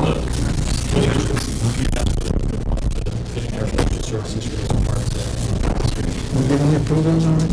That was approved. But this is the necessary exemption from the code that Richard's been insisting on for each one of his projects. Oh, this is an exemption from the code for this, because we just went and hired, are recommending to hire David Mendes for those? Yes, sir. And at this time, David Mendes is working with the subcontractor to see about lowering down the percentage. Subcontractor, he's out of town right now. We're hoping that he'll be back here in a couple of days. The subcontractor on the design? On the design, The yeah. design. On the design, on the construction. And he's done drawings. preliminaries on all these already? Yes. As a matter of fact, as y'all are aware, Gomez Mendes and Science, they were the ones who did the conceptual designs for our park master plan. Yes. Okay. And if we get something, if we come into an agreement here in the next couple of days, we'll have it on the agenda for the next meeting. So then do we, Not on this one. Okay. Do I have I'm going to vote no, but y'all go ahead. all right, well, let's take item number 2. What were you asking about, the funding or what? Well, I'm not sure that we have a plan on, we can design and we can build, but we don't know how we're going to pay for operating these yet. And until I figure that out, I have a hard time voting for funding building. It's just So your question is not on funding the architect, it's on funding... He's going to be part of the follow-up. money getting paid somewhere. Yeah. It's the whole ball of wax type thing. but it's in the plan. Okay. All right. Let's take 22 out of order then. Consideration, possible finding an exemption under VTCA Local Government Code Section 262.024A4 from the competitive requirements for certain purchases by county in reference to hiring an architect to design and prepare plans for La Esperanza, La Paloma, Rio Hondo, and La Reyes Park improvements. Do I hear a motion to approve 22? So moved. Motion by Commissioner O'Connell, second by Commissioner Garcia. Any further discussion? All those in favor, signify by saying aye. Aye. Opposed? Nay. Okay, motion carries. Any other questions, concerns, comments on the consent items? I hear a motion to approve all consent items and travel items except for item number 22. So moved. Motion by Commissioner Rodriguez, second by Commissioner Garcia. Any further discussion? All those in favor, signify by saying aye. Aye. Motion carries. Going back to claims, I did have an extension. The extension is on the Laguna Madre Water District Warrant number 601-64479. Not submitting an affidavit for that effect. Going back to item number 9, consideration of the fiscal year 2006-2007 budget and tax rates. Judge, on item number 10, the JP's asked for that be tabled until next week so they could all be here at the same time. Some of them were not going to be able to attend. We're gonna make all the budget presentations? No, it was just the JPs. Because For the JPs? That was just for the JPs. Okay, do I hear a motion? So moved. And by Commissioner Tamayo, second by Commissioner Wood. Any further discussion? All in favor, signify by saying aye. Aye. Motion carries.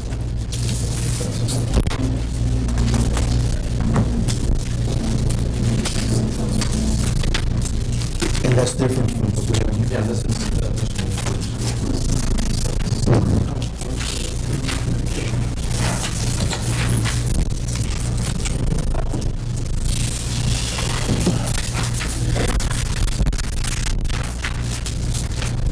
In your packets was included, I'll start off with the tax rate.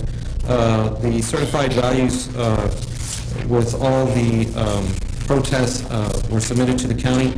Javier, can I give a suggestion? Or you number them, alphabetize them, something on every page you give us when we're going through this budget process? Yes. So that you can say A, B, or whatever, and I find it. Okay. And for the future. The effective rate has been calculated, and the rollback rate for this next fiscal year. There was a copy of the notice that was included in your packets that will run in the newspaper on Sunday. The effective rate was calculated at .321315 per 100 valuation, and the rollback rate was calculated as .390241. Our current tax rate this fiscal year is .358191, so it's in the middle of both values. What that translates into to the county, within the notice further down, it tells you if the county were to adopt the effective rate at 100% collection, it would generate an additional just over $914,000 in additional tax revenue to the county. That's at 100% collection.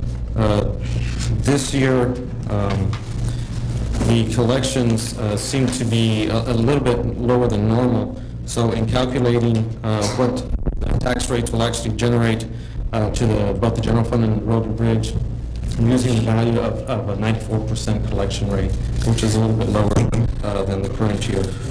In the sheet that I just handed out to you gives you status of where I currently am in the budget process. The first value there, as far as the revenues, those are the revenues that were approved for this fiscal year, which were approved and came into effect as of October 1st. Those revenues have not been adjusted for any additional revenues that were recognized this fiscal year. The auditor is currently working on finalizing the revenue certification for next fiscal year, so I haven't changed any of that yet.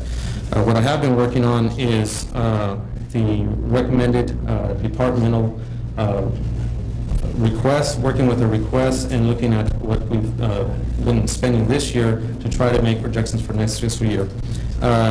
What has already been included in my recommendations, of course, the positions that were approved through this fiscal year that the court took action on, which total to just over $1.3 million for a full year's operations. Some of the other items that we've been experiencing high cost in, of course, is the electricity, the maintenance of the equipment within the jail system, and just some building facilities. Fuel is another item, and it's been running high for the past couple of years. And for that, there's, at this point, based on the current expenditures, an additional $150,000 that I have within the budgeted line items. As I've mentioned in the past, child welfare has also, for the past couple of years, those costs have been increasing. So in order to accommodate for that, there's an addition, at this point, I have an additional $150,000 in expenditures for that. And indigent burials and autopsies, which has been running high also. At this point, I have an additional $100,000 in expenditures in that. But at this point, I do not have in my calculations or within the recommended, any additional staff, or I do not have, of course, any cost of living. At this point, this is the large dollar amounts that have been included in my totals. So where that leaves us within the general fund, based on the original revenues, at a shortfall of just over $2.3 million. That, as I mentioned, that does not take into account any revenues that were certified for this fiscal year that accounted for most of the positions that were added there. I have calculated out what the tax revenues would be based on our current tax rate, and also based on the split that is currently in effect between general fund and road and bridge. And just for demonstration purposes at this point, to the general fund, if the court were to adopt the same tax rate and then based on the requirements for our current debt service, it would generate a $3.6 million increase in tax revenues to the general fund that would leave an additional $1.2 million. In the road and bridge, excuse me, there's similar instances of positions that were added. There's an increased request for road materials. As you may recall, the middle of this year, back in March, they utilized all that was budgeted for road materials. Subsequently, we have taken action in order to move funds into road materials for their continued operations. There's a request from the Department of Transportation to increase that particular line item by $1 million. At this point, I have it an increase of $400,000 because I was trying to see where it wound up based on the revenues. But that request is still there.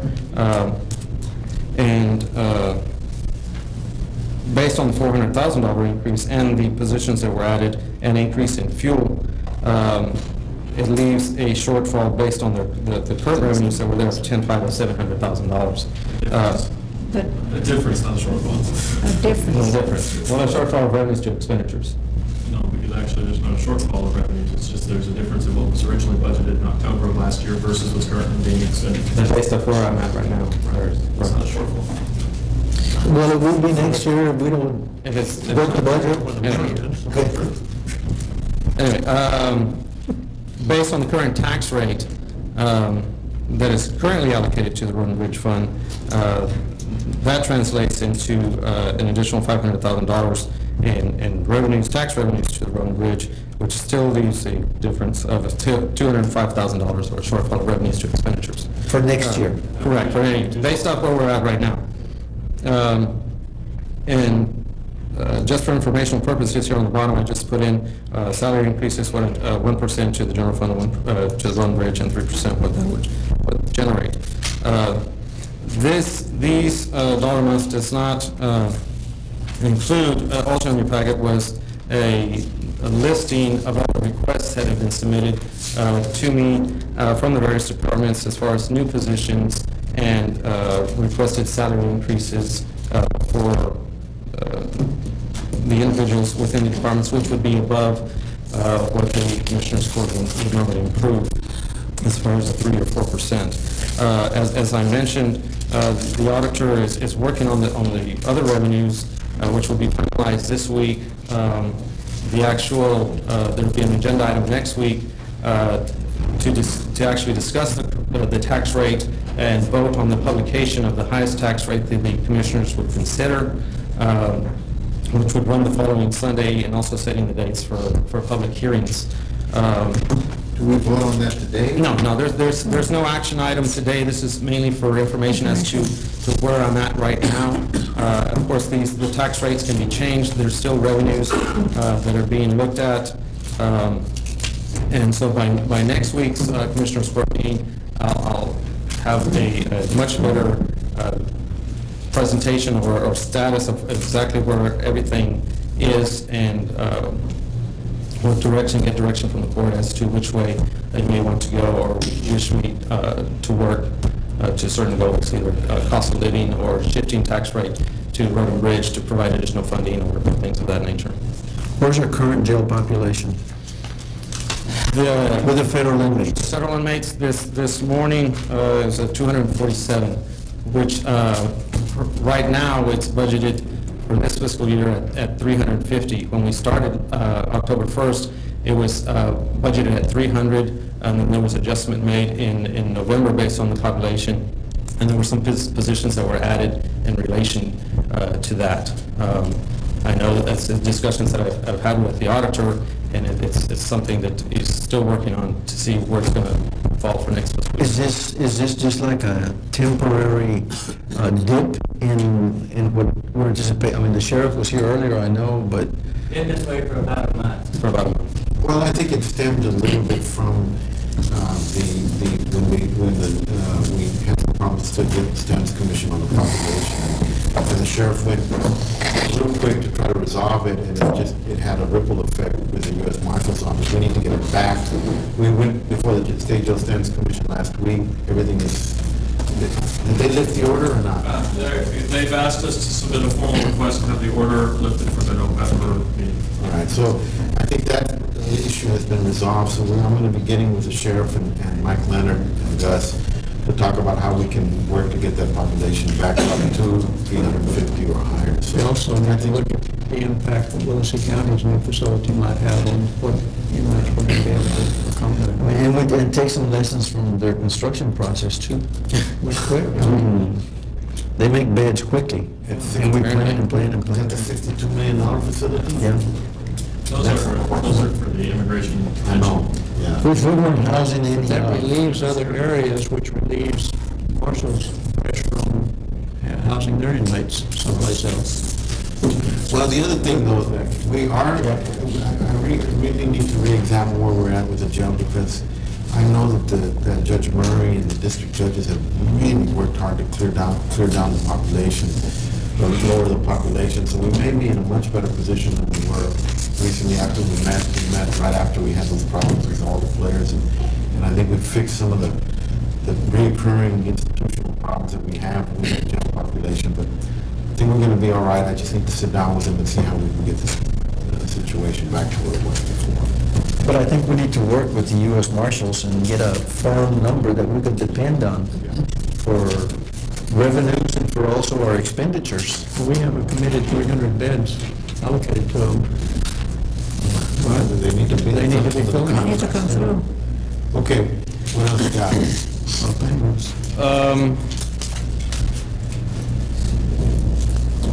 The 10 is tabled. On item number 11, in relation to... Can I ask a question before you go there? What will a quarter penny do on the road and bridge? How much will it generate? Probably an additional $250,000 to the road and bridge. Quarter penny is a little over million one. But not on that tax rate. And that's a different percentage. It's going to be about the same, because a penny's about $1.1 million. If a quarter penny equates to 250,000, it's about the same. Okay, I'm sorry. And that would just be to bring it back to where it was last year. Yes. Because we gave up, remember, from that fund, a quarter penny last year. Remember? Because of the additional 300,000 that was recognized for the Colonia. Transfer from one tax rate to the other. Right. Total tax rate stayed the same. Right. But it was lost to that fund. I know, but still, I mean, the taxpayer doesn't see anything but total tax rate. It doesn't matter where it comes from, yeah. Okay, all right, well. 10 is tabled? 10, yes, 10 is tabled. In item number 11, I included in your packet the notice and the current salaries and compensation provided to elected officials. There was also included the requests by the different elected officials. At this point, since the JPs really wanted to address the court, so I'll ask this to be tabled also until next week. so that the court, I guess, can consider the request before they publish this notice, because this would actually do the maximum amount of compensation that the court would hold a public hearing, or actually before they would set their salaries for the next fiscal year, allowing them to fall into the agreement process if they so choose. I will make one statement, and that is, I will not consider any increase in a public elected official's salary more so than any of our employees at any rate would get. Well, and we've always taken that position, but the only thing is that we need to get a feel from you next week of what are your feelings about us getting to the 3% increase for all the employees that we, or annual cost of living increase that we've been doing for a number of years. If we can get a confidence level that we can get to that, then I think we can look at everybody getting the 3%. And we will still be within the timelines if we table this till next week? Okay. All right, is that it? That's it. All right, motion to acknowledge number 9. Second. Motion by Commissioner Wood, second by Commissioner Tamar. Any further discussion? All those in favor, say aye. Both motion carries. Item number 11, consideration of possible action regarding publishing of elected officials' compensation for the 2006-2007 fiscal year. Motion to table by Commissioner Wood, second by Commissioner Tamar. Any further discussion? All those in favor, signify by saying aye. Opposed, motion carries.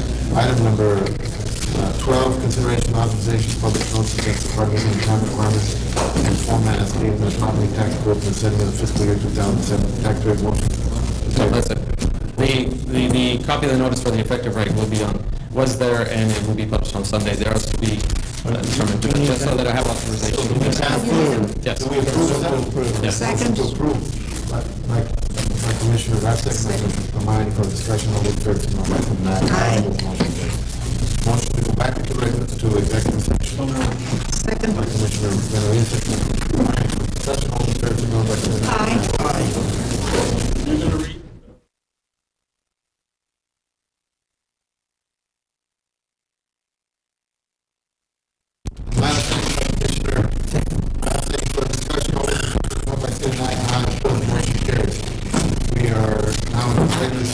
Item number 37A, possible action on deferral of Commissioners Court Legal Counsel concerning issues related to the possible acquisition of real property for the dam restoration project.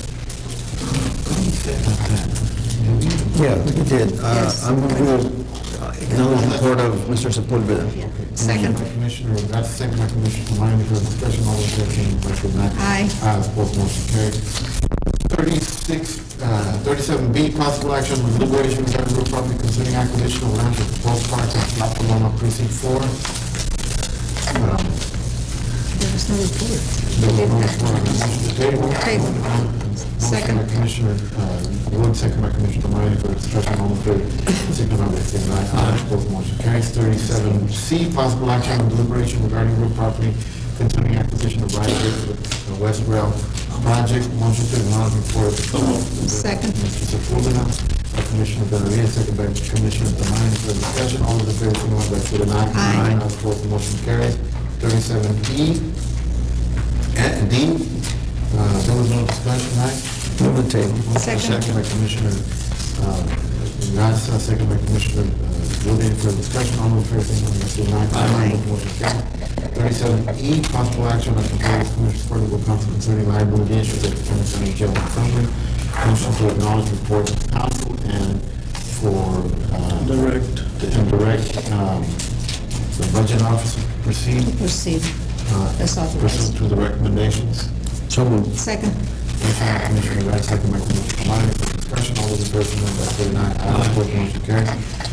Possible action on the Referral Commissioners Court Legal Counsel concerning March 15, 2005 lease agreement on Isla Blanca Park with Laguna Madre Enhancement Group to consider termination or amendment of the lease. We have an agreement. We just need to put it down in writing.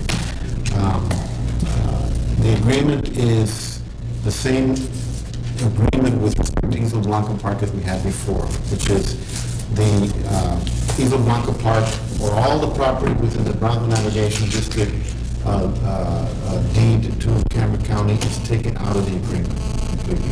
It's not part of the agreement. There is no development to be done pursuant to this agreement on Isla Blanca Park. With respect to the remaining 27 acres to 7-acre tract of land. The parties agree that they will be divided up into a minimum, they'll be leased to, they'll remain in the lease agreement. They will be divided up into 4 tracts of land of a minimum size of 5 acres in each tract of land, that they will be leased for the construction of hotels or if State Tex ever approves casino gambling, they have the option of putting in one of the tract of land a casino gambling facility. That's in the 27 acres, the non Isla Blanca property. The parties have to develop the land within certain periods of time. During the period of time that the land is undeveloped, they pay a planning fee of $20,000 per tract per year. As each tract of land becomes developed, once they build a hotel, they pay 4% for the first 3 years, 4% of gross revenues for the first 3 years, which is our standard concession agreement on all our concessions, and it goes up to 5% after 3 years, with a minimum of $75,000 for the first 2 years, and it goes up to $150,000 per tract, $150,000 per tract minimum amount, or the 4% or the 5%, whichever is greater. Each tract has to be developed within that 2-year period of time. It's 2 years, 2 years, 2 years, and 2 years. And if it's not developed within that 2-year period of time that pertains to that tract of land, then they either it reverts back to the county as it's not part of the lease agreement anymore or the concession agreement anymore, or they have an option to hold on to it for an additional 2 years and at an additional price of $100,000 per year per tract. So if they go beyond the 2 years, then they pay $120,000 per tract to hold on to it. That would only be, that would apply, Judge, to the tract that they failed to start the construction. As required under the agreement. In other words, they got to build, let's say they're on track, they build a hotel, now they're on track 3, and the 2 years pass, they don't build a hotel, then they got to pay $120,000, in addition to the $20,000 on the undeveloped tract and the minimum 4% and 5% on the 2 hotel tracts that are there. And it's all cumulative, it's all in addition to. So you pay, let's say, 4 or 5% on one hotel, and then you're paying 4 or 5% on another hotel. You go past the 2 years that pertain to that particular tract, you're paying $120,000 there, plus you're paying another $20,000 on that. That's pretty much it. That's the agreement. Huh? That's a summary of the agreement. So, with that, do y'all have any questions? None of that pertains to Isla Blanca Park, nothing. Yes, sir.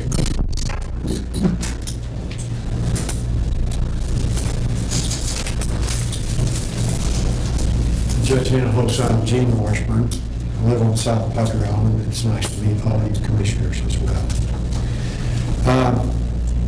I'm the author of a couple of poison pen letters, and my heart is really into this thing of saving the dunes. Each of you commissioners, I'd like to just refer you back just a second to a great presentation that your RMA engineering guy made about all the environmental assessments, all of that that's going on.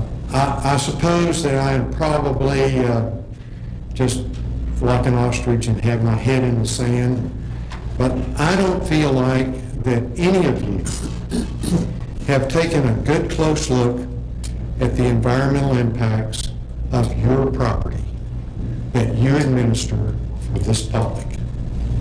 And I'd like to see that change made. It can be put in the request for proposals that this particular developer define for you why he can't develop property on private lands at the expense of spoiling the environmental enhancements associated with county property. Those dunes out there are probably at least as high as a Category 3 hurricane surge water, maybe a Category 4. And I think it's important that the investments that the concessionaires that you have allowed to come in, Schlitterbahn Water Park for one, the boat barn on the other side, the Sea Ranch motel, or not motel, but the Sea Ranch investment, the Coast Guard investment, all of those investments would be affected by a storm surge. Hopefully, sir, you have embedded in the contracts and the costs that you're going to have these people make, ameliorating circumstances that will not lower the dunes and that will not destroy the flavor of the environment associated with it. This is not necessarily I'm against development speech. It's I would like to see my commissioners court act in a responsible manner with regard to the lands that they administer for us from an environmental standpoint. Thank you very much. Thank you. Okay, any other questions? All right.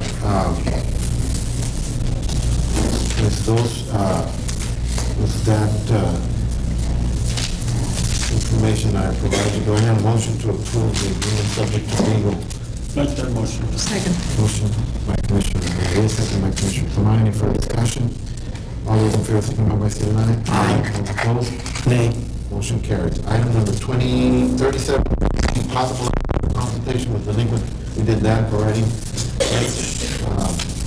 Deliberation regarding the property concerning the proposed. And I would like to say, that my nay is, I have not seen the agreement, I have not read the agreement.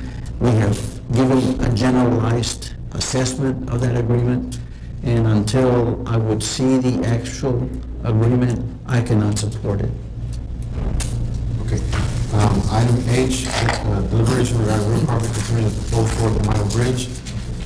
Motion to authorize Mr. Sepulveda to hire the appraisal firm of Robertson and Duffy to do a review of the appraisal we received. by Commissioner Wood. Is there a second? Second by Commissioner Russell. For discussion, all in favor, signify by saying aye. Opposed, motion carries. 37I, possible action on deliberation regarding real property concerning acquisition of parcel 6 for FM 106 General Brant Road in Precinct 3 area.